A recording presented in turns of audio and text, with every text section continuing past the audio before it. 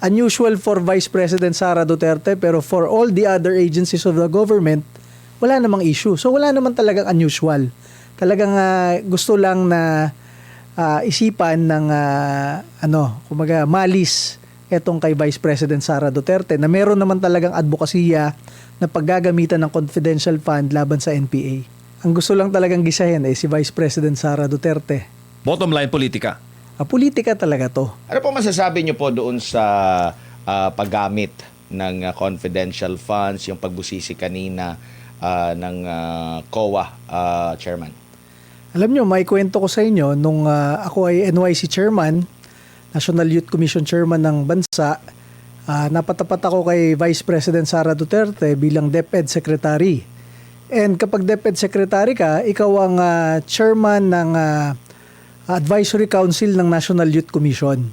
So nagko-coordinate kami kay Vice President Sara Duterte dahil yan naman talaga ang advokasya ng dating Presidente Rodrigo Duterte labanan ng recruitment ng NPA sa hanay ng kabataan. So sa panahon ni Pangulong Duterte, 89 guerrilla fronts, bumaba na lang sa 7 na guerrilla fronts. Paano mo pa lalabanan? Lalabanan mo na lang yung recruitment nila sa hanay ng kabataan at mga estudyante. Yan ang trabaho ni Vice President Sara Duterte at trabaho ng National Youth Commission.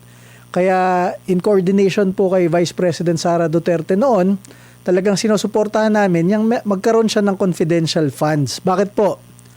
Kung sa 50 years nakaka-recruit ng mga kabataang Pilipino para maging teroristang NPA, mapapaisip kayo, meron rin talagang mga guro na konektado sa mga makakaliwang grupo. Di ba meron ng party list dyan na na-convict na yung kongresista, nakaka 300,000 na boto pa yon mula sa hanay ng mga makakaliwang guro, di maisip nyo na lang, meron talaga sa loob ng DepEd sa mga paaralan ng mga makakaliwang guro. So paano mo ma-identify yon kung hindi ka magkakaroon ng confidential or intelligence funds? And tama lamang na gumagamit ng aliases. Kasi, kunyari tayong tatlo ay guro at tayo gustong-gusto natin isumbong yung kapwa nating guro na kasama natin ng 30 years. Kaya lang, pag sinumbong natin, sana hindi ilagay yung pangalan natin kasi baka balikan tayo ng teroristang NPA, di ba?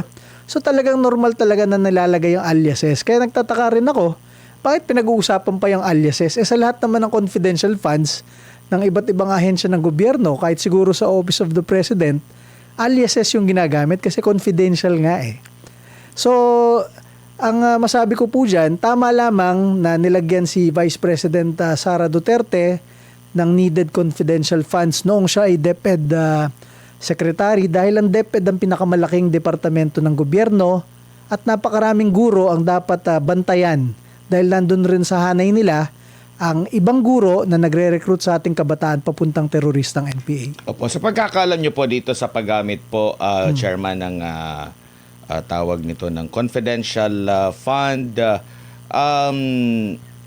naayon po ba sa tama yung yung ginawa ng Office of the Vice President, yung paggamit ng mga code or pseudonym ng mga magiging subject nitong confidential fund na ito, tapos yung pag-audit niya, hanggang saan ba yung confidentiality nito, kasi nababanggit doon kanina din na may mga batas din na nakakasaklaw sa confidentiality. Hanggang saan ba yung pagiging confident ng mga information, hanggang saan naabot sa tagal nyo rin sa gobyerno?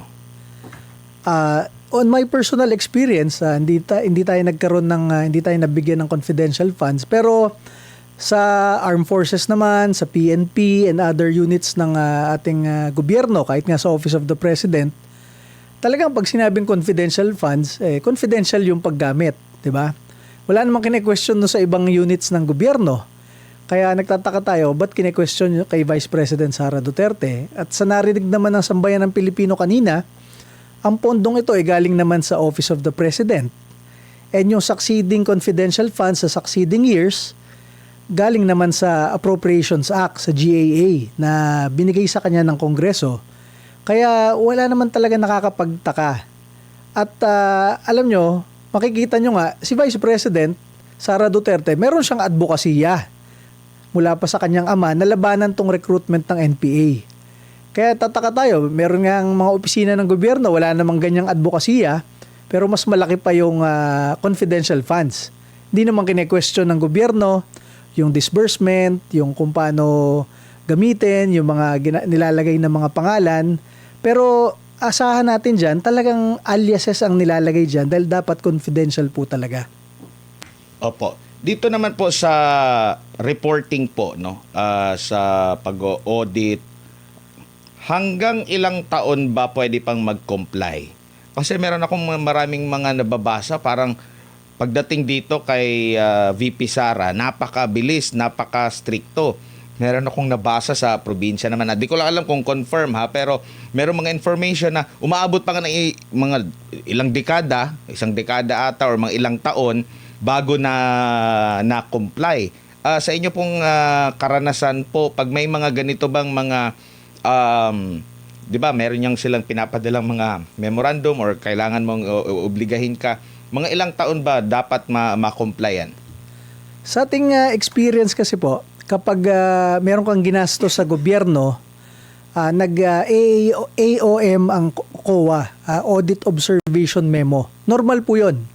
Kasi lahat naman ng gagastusin mo, titingnan ng COA.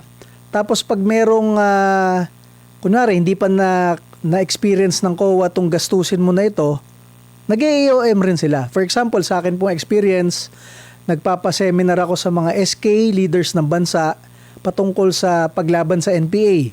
Nag-AOM ang COA sa akin. Tinanong ng COA, bakit kayo nagaganyan? Lahat ng NYC chairman before you, wala namang ganyan. So sabi ko sa COA, ang nire-recruit ng NPA, hindi naman matatanda, puro kabataan. At ako ang head ng ahensya ng kabataan. So dapat turuan ko yung mga kabataan, mga leader kabataan, paano labanan yung recruitment na yon. So nung na-realize ni COA ang tama, okay na. Ganun lang po yun. So sa ating experience yan, for example, dyan sa narinig natin kanina, pinakita ni Attorney Michael Powa, yung taga-COA, na noong 2014, meron naman palang confidential fund. Tapos, tinanong pa ni COA kung liquidated ba yan. Siya nga dapat nakakaalam nun. Malay ba natin? Siya nga yung auditor ng lahat ng confidential funds simula 2014. So, kung ganun pala, yung confidential fund na yon ay hindi niya alam kung liquidated, di meron palang mga pondo na confidential fund na hanggang ngayon, hindi pa completely audited kasi narinig mismo natin doon sa taga-COA kanina. Pero parang alam niyo yung parang hindi direktang sinabi na ano pa ito, hindi pa ito yung pinaka final talaga. Pag mga ganun po kasi napapansin ko rin sa ibang mga witness na parang ayaw agad diretsong tumbukin like kagaya nung sa mga dalawang land bank managers na tinanong sila na unusual pero ito ba'y illegal. Hindi nila agad masabi yung mabanggit na kailangan isubo mo pa na so hindi illegal. Yung mga ganun pa ba na mga klase po. Meron ka bang napansin din dito na parang yun na yung question pero hindi agad mabigkas kasi may something na di ko alam kung saan ba siya talaga paanig na pwede naman diretso na lang sabihin na hindi pa ito final. Nagre-recommend lang kami. Hindi pa kami yung pinaka-final talaga. Napansin nyo rin po ba yan? Ang napapansin po natin, parang kinakabahan sila doon sa sagot nila. Kasi parang gusto nilang tumugma o gusto nung nagtatanong na tumugma sa kanyang pagtatanong. Kasi kung maiisip natin, lahat ng ahensya ng gobyerno, AFP, PNP, Office of the President, and other units of the government, merong confidential fund. So, ganun rin ang disbursement nila. Parehong-pareho lang. So, yung sa Office of the President, it is 4 billion a year. So, naka more than 12 billion na. Actually, magsi-16 billion na. So, ganun lang rin yung disbursement niya. So, kung ganun lang rin ang disbursement, dumadaan lang rin sa land bank and naka-check and everything. So, anong unusual dun? Unusual for Vice President Sara Duterte pero for all the other agencies of the government, wala namang issue. So, wala naman talagang unusual. Talagang gusto lang na isipan ng kumaga malis etong kay Vice President Sara Duterte na meron naman talagang advokasya na paggagamitan ng confidential fund laban sa NPA. Po, Chairman, good evening. Si MJ po ito. Chairman, sa pagbusisi po ng confidential funds dito sa OVP at DepEd, meron po ba itong epekto doon po sa mga ahensya na meron pong confidential funds by the time na kung nangyari sa OVP at sa DepEd, maaari din mangyari sa kanila? Anong tingin mo doon, sir? Yung scrutiny sa paggamit ng confidential nga secret kumbaga ang concept ng pondo. Feeling ko personally walang magiging problema sa kanila kasi hindi naman sila gustong gisahin. So ang gusto lang talagang gisahin ay si Vice President Sara Duterte. Bottom line, politika. Politika talaga to. Kasi una, yung pondo galing sa Office of the President, binigay kay OVP. Yung sa succeeding confidential funds sa succeeding years, galing naman sa General Appropriations Act. So walang mga problema sa pinanggalingan. And nung sinabit naman sa COA ng Office of the Vice President and DepEd, tinatanggap naman nila. So kapag tinanggap ng COA, ibig sabihin kompleto yung requirements. Kaya nga may tatak na received and everything. Kasi hindi daw tatanggapin kapag hindi kompleto So tinanggap nila. So ibig sabihin kompleto. And tama yung napupunto nyo kanina Wala naman talagang problema dito sa confidential funds na ito kahit sa paglabas galing Land Bank o yung pagkuha ng disbursement officer. Yun naman talaga yung nakalagay dun Land Bank and disbursement officer and dapat confidential ang lahat. So wala naman tayo mahanap talagang problema. Sino po kaya, sir, ang pinaka-nakikinabang na nabubunyag po itong usapin sa confidential funds? Hindi lamang po ito napapanood na kung gusto mong magpunta sa venue, doon lang. Pwede televise po ang mga pagtalakay. Sino pong mas nakikinabang dito, sir? Ang kalaban ba ng gobyerno o ang mga taga-gobyerno mismo? Actually, sa totoo lang, baka sa isip ng mga kalaban ng ni Vice President Sara Duterte, sila ang nakikinabang. Pero matalino naman ng mga Pilipino Nakikita nila na dito sa panggigipit kay Vice President Sara Duterte, lalong lumalakas si Vice President Sara Duterte. Baka hindi nila alam. So, ang natutuwa dito, yung mga makakaliwa syempre. Kasi sila yung ginagamitan ng confidential funds, tapos ini-scrutinize ngayon yung kaisa-isang matapang na national leader na ginamit ng confidential funds laban sa NPA. So, kung may matutuwa dito, yun talagang mga makakaliwa na talagang recruit pa rin ng recruit sa ating mga kabataan. Opo. At mayorya po sa voters ng Duterte Youth Party List noong eleksyon, mga uniform personnel. Tingin mo, sir, masaya sila sa pagtalakay dito sa confidential funds na parte po ito ng nature ng kanilang trabaho sa pagprotekta po sa ating pong bansa. Yan sinasabi ko nga yan na sa previous interviews ko na itong issue ng recruitment ng NPA sa ating mga kabataan ay laban ito ng buong bansa, laban ng Armed Forces, laban ng PNP.